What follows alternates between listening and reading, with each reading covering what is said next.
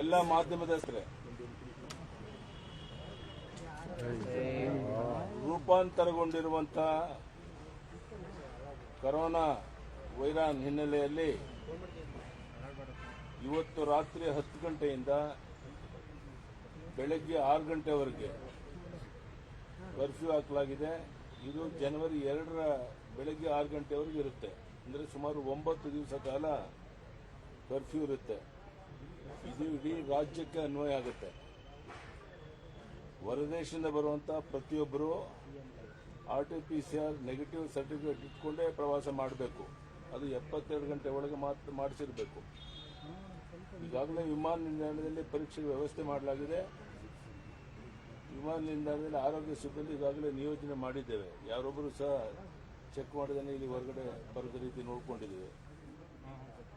In view of the new strain of COVID-19 virus and as per the advice of Government of India and Technical Advisory Committee, it is decided to impose night curfew from today till 2nd January 2021 between 10 p.m. to 6 a.m. I request all public to cooperate to prevent and contain new COVID-19 strain. Thank you. Sir, ಬೆಳಿಗ್ಗೆ ಹೊತ್ತು ಸಭೆ ಸಮಾರಂಭಗಳು ಮಾಡಕ್ಕೆ ಅವಕಾಶ ಇದೆಯಾ? ಓನಣ್ಣ, ಬೆಳಗ್ಗೆ 6 ಗಂಟೆ ಮೇಲೆ ರಾತ್ರಿ 10 ಗಂಟೆವರೆಗೂ ಏನು ಬೇಕಾದರೂ ಮಾಡಬಹುದು. 10 ಗಂಟೆ ನಂತರ ಮನೆ ಬಿಟ್ಟು ಯಾರು ಹೊರಗಡೆ ಬರದೇನೆ ನಮಗೆ ಸಹಕಾರ ಕೊಡಬೇಕು. ಈ ಕೋವಿಡ್ ಅನ್ನು ತಡೆಯೋ ದೃಷ್ಟಿ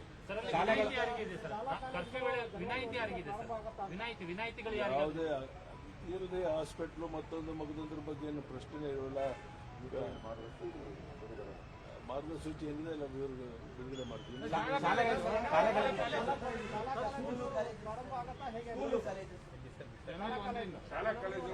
ಶಾಲಾ ಕಾಲೇಜುಗಳ ಬಗ್ಗೆ ಈಗಾಗಲೇ ಚರ್ಚೆ ಮಾಡಿ ನೀವು ತಿಳಿಸಿದ್ದೇವೆ. 1ನೇ ತಾರೀಕಿಂದ ಪ್ರಾರಂಭ ಮಾಡ್ತೀವಿ ಅಂತ.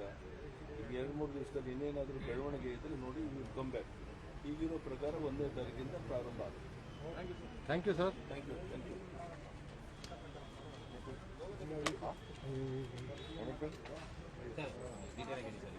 Sir, 1 second.